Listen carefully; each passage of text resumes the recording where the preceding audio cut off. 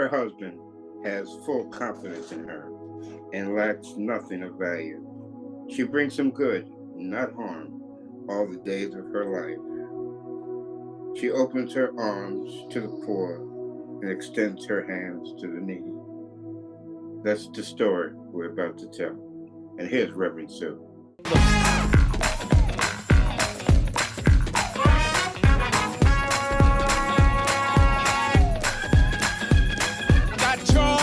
Soul, God is in control. I got Satan on my trail, but I'm singing all is well. He's attacking every day, but I'm watching while I pray. No matter the attack, I won't turn back.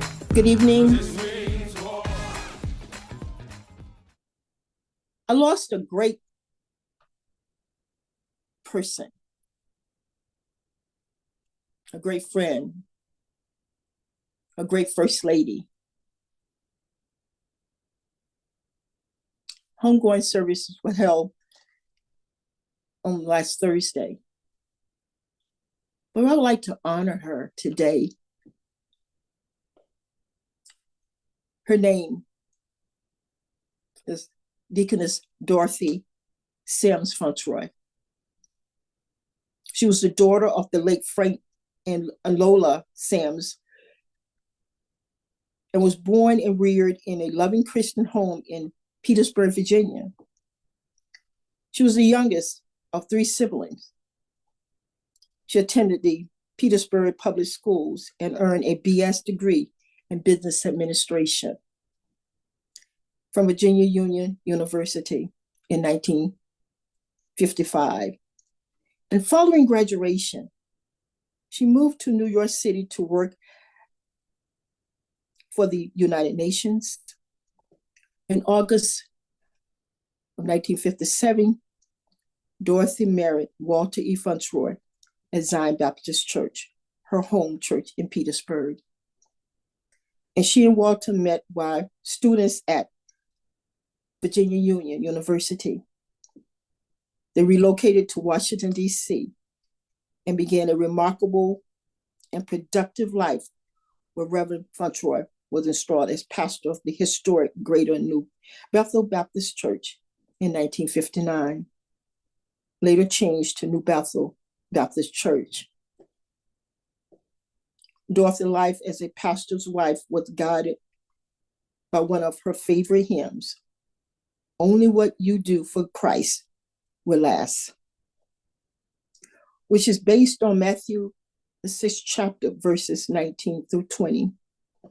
Her involvement in the ministry in New Bethel and surrounding community had a profound impact on the many lives she touched through her quiet and loving presence. She was a faithful member of the Diaconate Board and July Birth Month Circle. And Deaconess Fauntroy was a featured soloist with the Sanctuary and Women's Choir, and she was actively involved with the planning and implementation of the Women's and Mother's Day programs.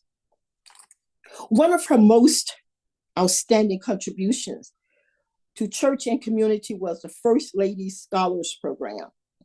And this program was designed to encourage students to do well in school and disregard the negative attitude of peers who demeaned them for their academic excellence. And one of the songs Deaconess Fauntroy encouraged the scholars to sing as a part of the candle lighting ceremony. "This little light of mine, I'm going to let it shine," will always be recorded by those who were a part of this impactful program.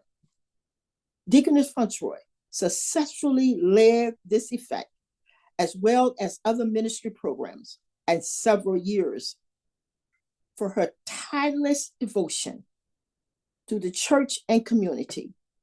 Deaconess Fauntroy was honored as New Bethel Baptist Church Woman of the Year in 1982. In addition to her service with New Bethel, Deaconess Fauntroy was a member of the Black Caucus Spouses and the Congressional Wives Prayer Group. And she was also a member of the Delta. She received several community service awards for her outstanding contributions.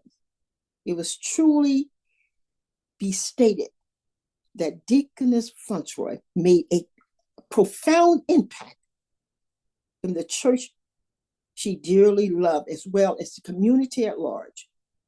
And all done because of her steadfast desire to serve the Lord in any capacity she could. And I want to say, when I met her, Deaconess Fauntroy, when I moved to New Bethel, she pulled me aside as a member, as a minister, and she had that laugh about her. She said, "Now, whatever you do in the pulpit, however you look, whatever mood you have, the whole congregation going to see it. So if you have not feeling that well, pray hard before you get in the pulpit. If you don't have the right attitude, pray hard before you get in that pulpit, because everything you do, people look at you." I said, "Thank you." So one Sunday, I preached at the early morning service, and I was really sleepy. I was so sleepy and tired. So we was there for the 11 o'clock service. If you had that moment where you can't go to sleep and you're really trying to do everything in your power not to go to sleep, I could feel myself sleeping. But then I woke up, I went to sleep. And right after the service, she was right at the pulpit, and she said, "You know what, Sue? You went to sleep in the pulpit today." And we laughed, but she was always there. And one Sunday, she took time to gave me a gift. And in that box, she handmade handkerchiefs and a scarf to put around my knees and had my initial on it. And she gave me about 5 of them. And I was totally pleased. And I still have those, and I will continue to keep those. Maybe I'll pass them on to my granddaughters.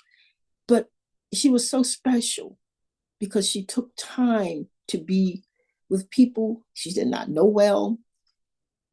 She took time to make sure that children were thought of in such a positive way.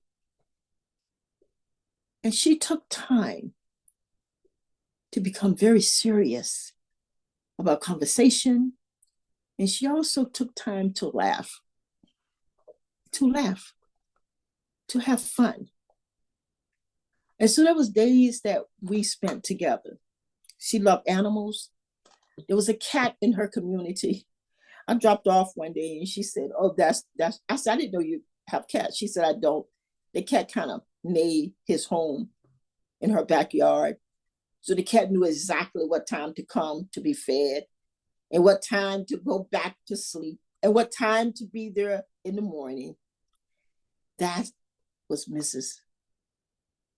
Fauntroy. A fantastic, outstanding person that I had an opportunity to meet.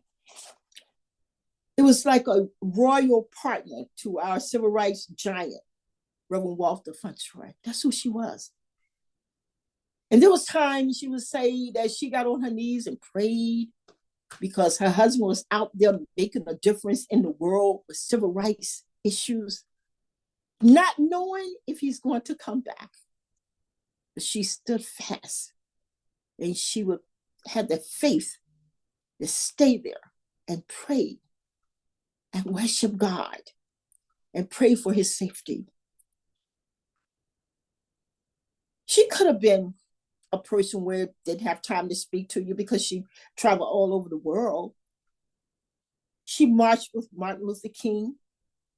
She walked and talked with people in the neighborhood, also met and greeted heads of states, kings and queens, presidents of the United States. But yet, She had time to be with that little child who did not know where that child's next meal was going to come from. She had time to be with college students. She had time to be with top executives. She had time to be with someone like me, Sue, from a little Georgia town in Millen, Georgia. She had time to do that. She has a legacy. She has a legacy. She was brilliant and kind. She gave her heart. She worked as a wife. She worked as a mother. She worked as not later as a grandmother. She worked all those years. And to me, she represented that first lady. Classy, never turned her back on people, always with a smile. Even when she sung that song, her favorite song, she sung from her heart.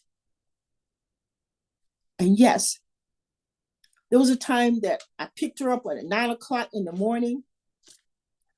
I think we rode to Virginia, came back, stopped in several stores, had lunch, and I think we returned around 9 p.m. in the evening. And one thing we have in common, both of us could talk, really talk. So you get two people together who can actually talk. We stay up all day and talk. But I never forget that day. I never forget that day because that was my first time really taking her out. And she talked about treating people right, doing the right thing for people. She talked about the times when she was so young and she became the first lady. Absolutely young. Because as you know, her husband was a pastor for 50 years. So she grew up as a first lady and retired as a first lady a long time. So there was things that she knew, as examples that she could give, and joy that she could talk about, and always positive. I'm saying this today because when we, as members of a church, we have first ladies, and some churches do not call them first ladies, okay? But we call them today first ladies. We have first ladies that we can do better. We can do better.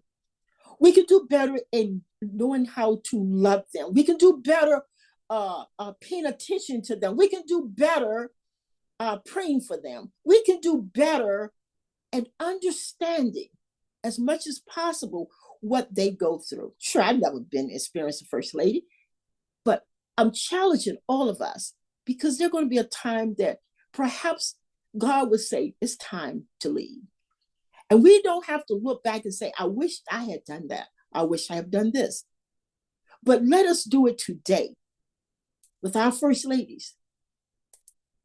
Take time to love. Take time to say, how are you doing? Take time to say anything that I can help you with. Take time to understand what first ladies go through. I challenge us today to do just that. And let us all remember, this is Dorothy Fauntroy, a friend, a first lady, a wife, and grandmother, mother. But she kept going. And one thing, perhaps there are times that perhaps she didn't feel like smiling, but she did. There are times perhaps it didn't feel like the happiness or the joy, but God put it inside of her, in her heart, to have peace and joy. That's the person I want to honor today. Deaconess Dorothy Fauntroy. There is a poem that very personal, a close friend wrote, and I would like to take time to read that poem. It was a poem for Mrs. Fauntroy, and it's called Gentle Flame. Upon the candle in your heart, we can see the swinging light. It's gentle, bending from side to side, yet remains radiantly bright. God uses the gentle flame to show his awesome power. It brightens the darkest corner and shines through the midnight hour. When he look into your life, what we see, we simply are amazed. No matter how great the test, your gentle flame remains ablazed. What a beacon of hope you are. And we wanted you to know that God is clearly seen in you everywhere you go. There is a candle in your heart, and God's light is shining through. What a special gift God gave us when he placed his light in you. This poem was written by Renee Francis in 2015 for Mrs. Dorothy S. Fauntroy. The light of her life will never go out. Again, the light of her life will never go out. That's a legacy. That's a legacy. That who this fine lady was. And I was so blessed to be here today to say she was my friend. She was my friend. And she took time to be with me and laugh with me, to talk to me, to encourage me, to guide me, to educate me on some things.